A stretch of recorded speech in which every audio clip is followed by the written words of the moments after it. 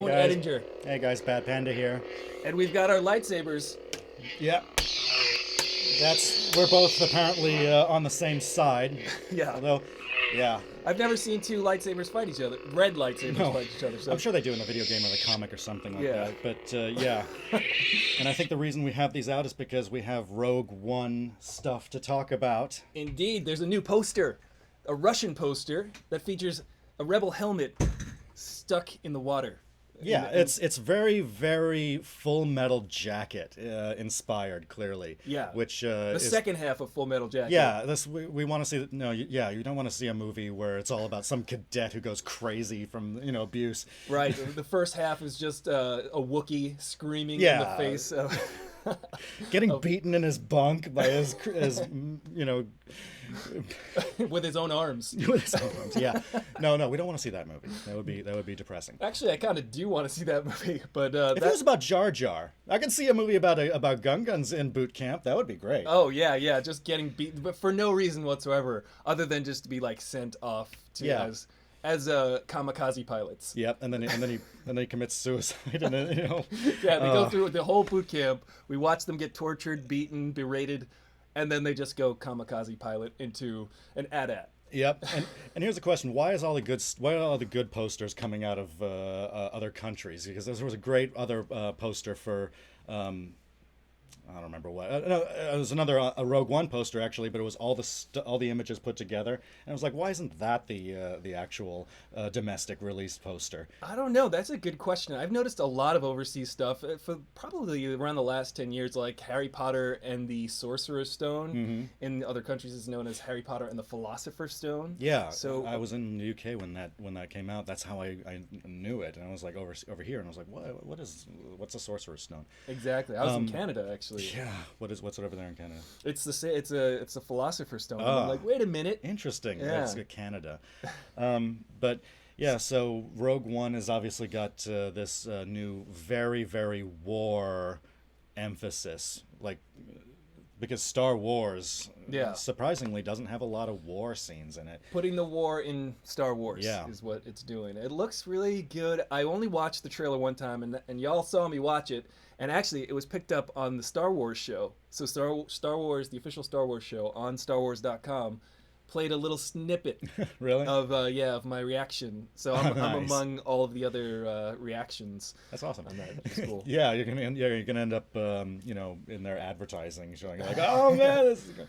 But yeah, this poster really shows that there's going to be some violence in this one, and we're going to see it's going to be like what that bit in Return of the Jedi where the Ewok dies, where the Ewok is like on the ground and he like looks over and his friend is dead. He And, shakes him to see if he's still alive. Yeah, and yeah, that's really sad. But I think the entirety of Rogue One is probably going to be that tone right there. oh, that's going to be so horrible. I can't wait. Yeah. But I can't wait for the new. They said the final Rogue One trailer is going to be released before Doctor Strange. So November, that's November 4th, right? around Yeah. that time, early November. So I'm gonna only watch it once, and the only reason why I'm watching it once is because I kind of want to save it up for when I'm in the theater watching it. For, I guess a lot of it for the second time. Right. Yeah. But I really do want to experience it as a whole. Right. First. Yeah, that's how I feel about trailers too, because lately I've been noticing that they've been putting more in the trailers than they should. So Yeah. that when I'm watching the Avengers and Iron Man is falling out of the sky, I'm just like thinking, oh well, this is probably the part in the trailer where the Hulk jumps. Oh, there he goes. Yeah, that blew it for me during the Yeah. Avengers. I was in the theater watching the Avengers, and I was like, Really? oh no, this is a very, like, Iron Man's in dire straits right now. He's falling out of the sky. He's out of power. Oh yeah, but I do remember that trailer where the Hulk catches him and saves his life. So I was yeah. like, it kind of took the wind out of that for me. So, but now that we don't watch trailers that much, it makes the movie going experience a whole lot better. Yeah. And so also we're talking about. Oh yeah, there's another poster that we saw just released Mm-hmm.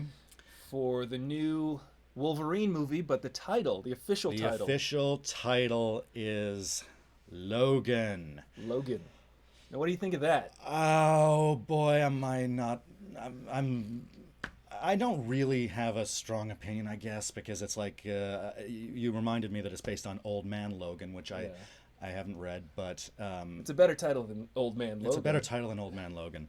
Yeah. Because I'm sure Hugh Jackman appreciates just being called Logan. Right. He's like, I still got a career, guys. Yeah, he's like, yeah.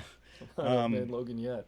But this poster show is so different. Yeah. It's very, very different. And let's get it out of the way. Whatever that kid is, I don't know if the kid is X23. I think it's X23. That kid has some freakishly long fingers. That's what I noticed too. I don't know if that's just like bad Photoshop. It's just bad Photoshop. It's an oversight, and they wanted to show this. But I think Ryan Reynolds put out a tweet that said that that's actually his baby hand from Deadpool when he got his. So he's holding Wolverine's Ryan hand. Ryan Reynolds is the rules He's- tweeter.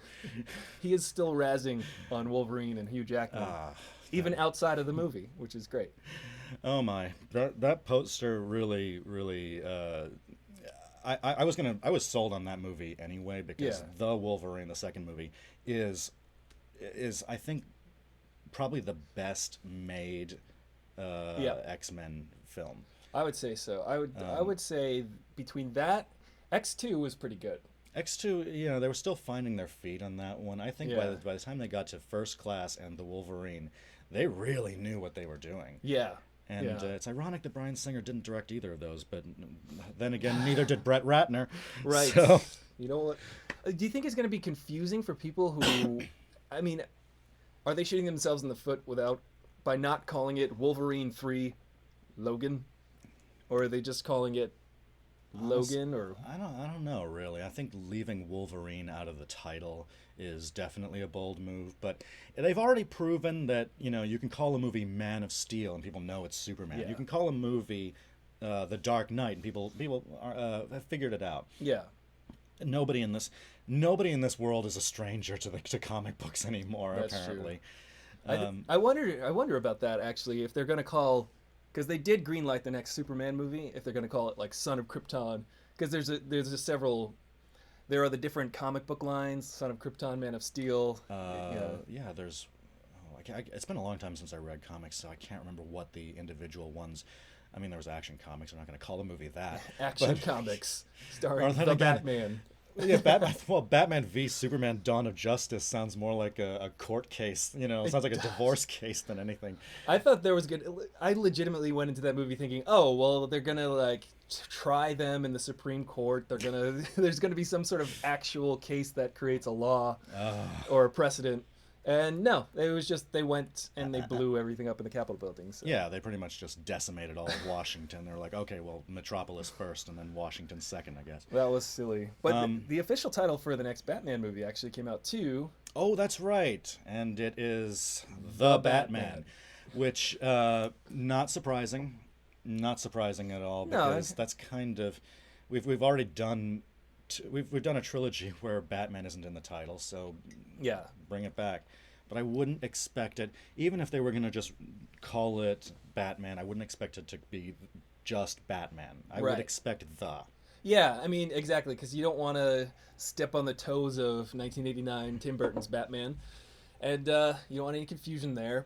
Plus, I think it's more of an homage to the earlier Batman and what they kind of call him in the comic books, like the bad guys. Yeah, they call him the Bat. Batman or the Bat.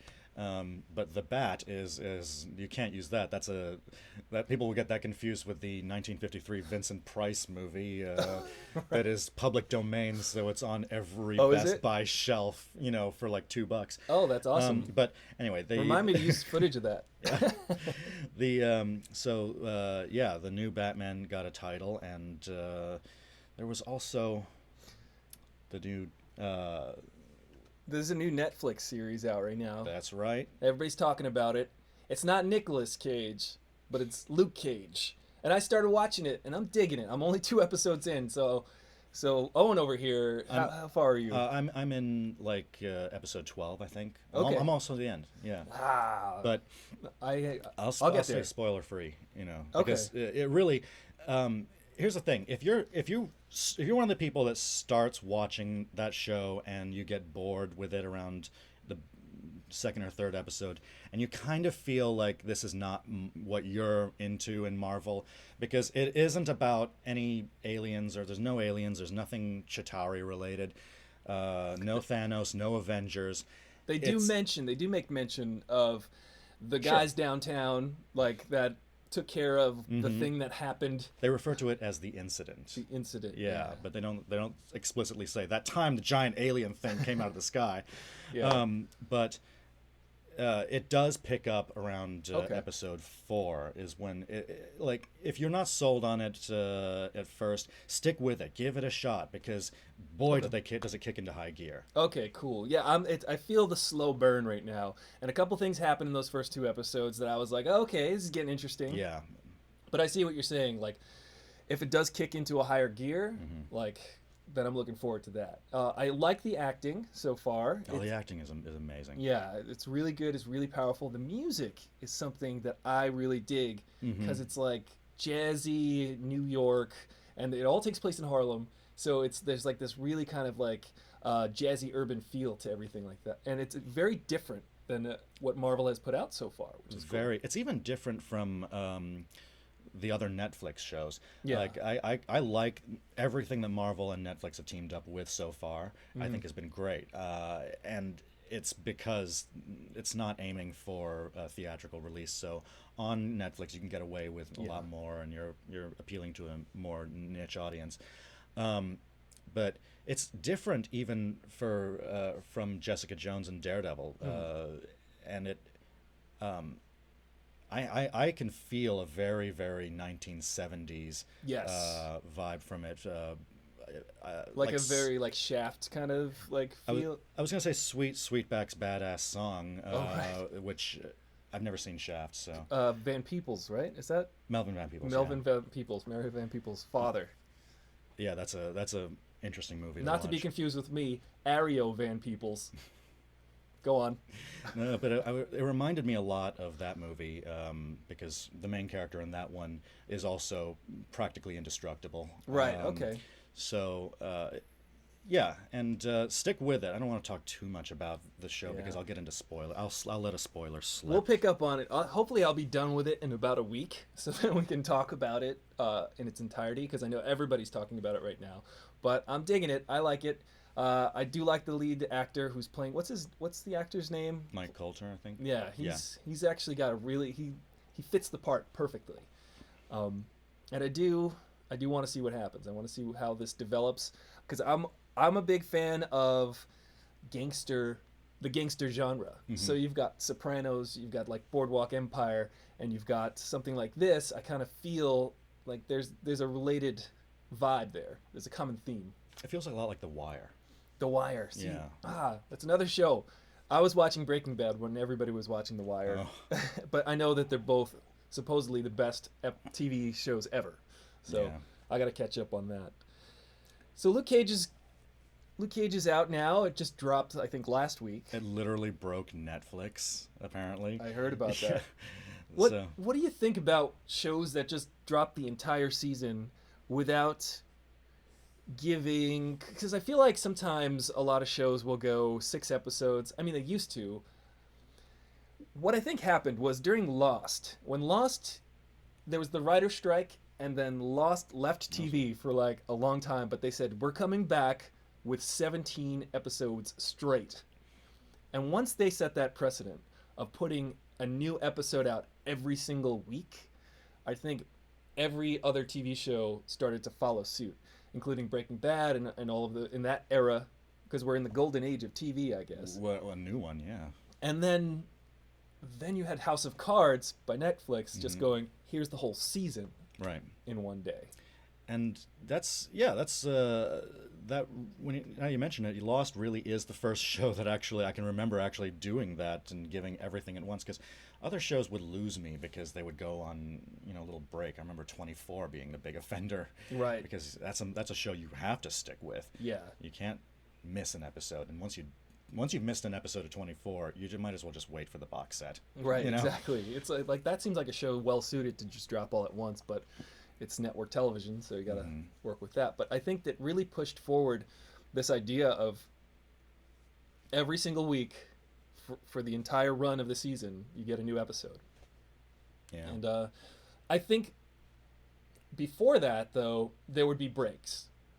And sometimes those, and I don't know if it's helped or hurt it, but those breaks, I guess, would give the writers some time to take in what people are liking, disliking, who's doing really well as performers on the show so that they can give them bigger parts. I think now you have time in between seasons to do that. Like Breaking Bad did. I think they did that so perfectly, but they did have a break in season 5, but that's a whole other show.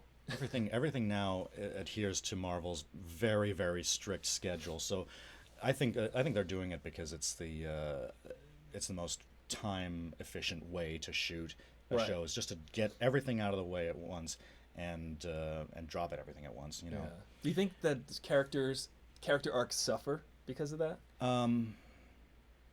I can't really. I've never really thought of that actually, because it's interesting because I don't know.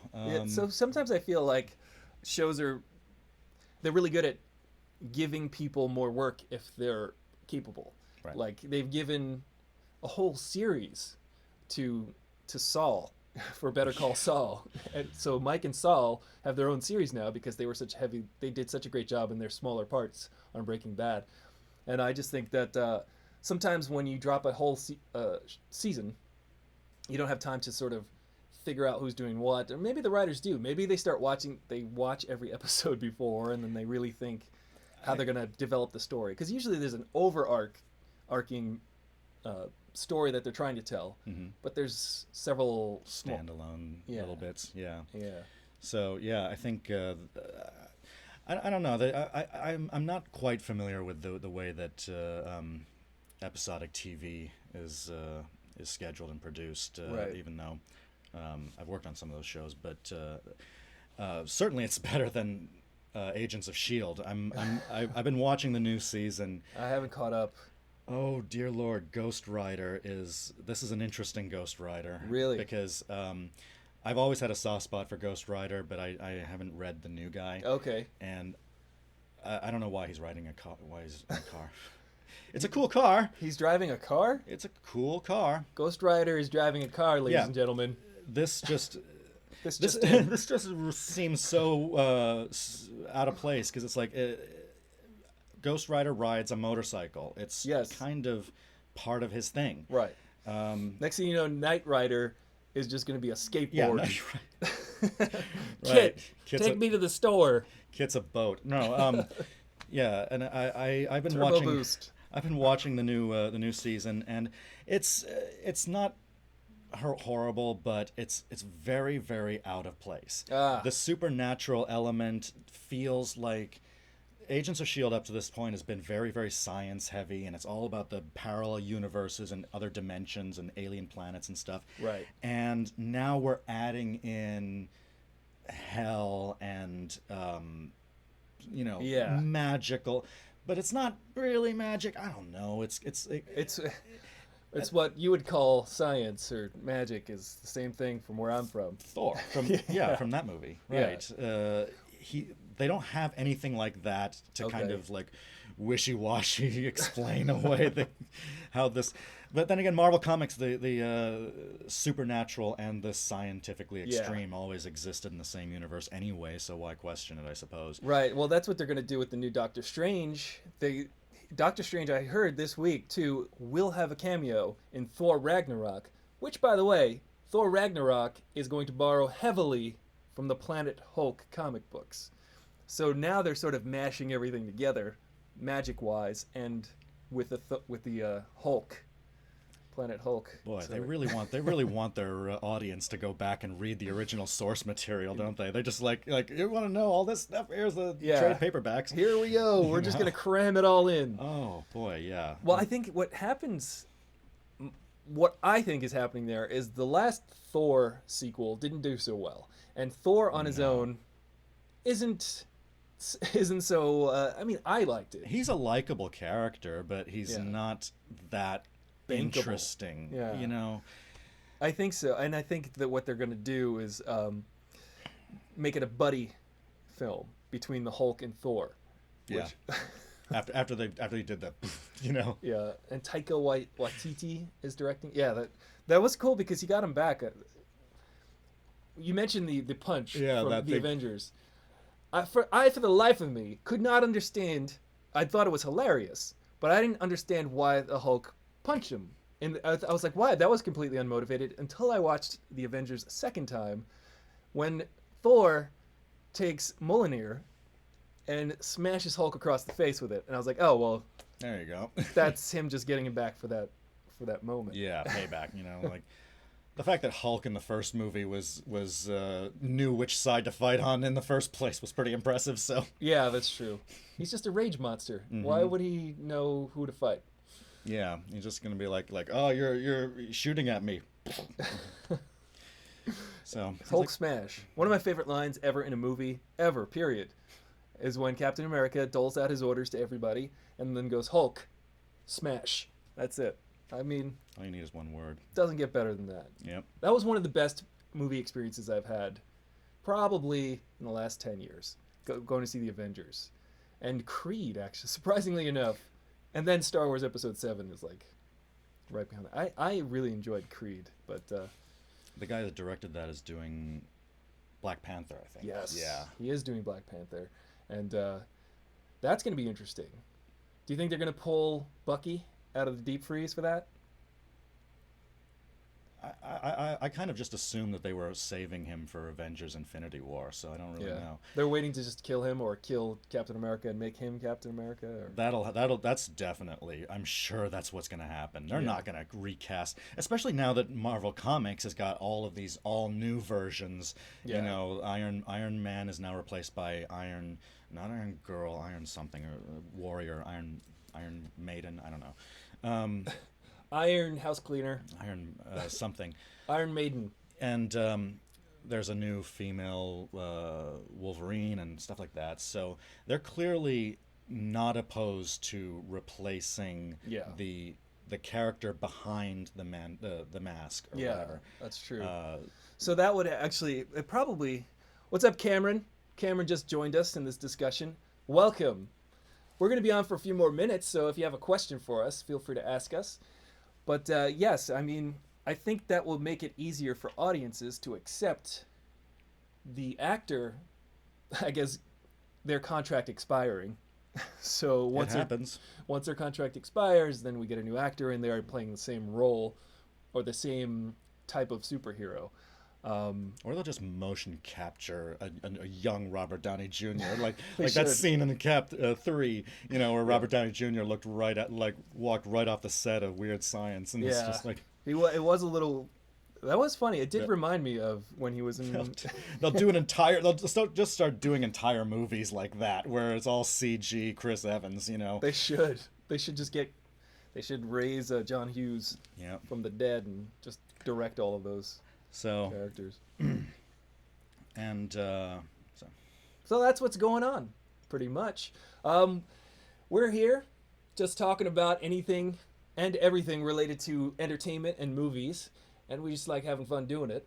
So if you guys like to have fun doing that, you can follow Bad Panda. I've left a link in the description below. You can subscribe to his channel, as well as subscribe to this channel, or else, guess what's going to happen? You're going to have some Darth Vader and one half of Darth Maul. yeah, it's after he got cut. Knocking at your door. So I'm lightly threatening you. Subscribe. Thank you guys for stopping by. I'm Aristotle Full Throttle. I'm Bad Panda. I'm your bro in the know with the fro. And we'll see you later. For sure.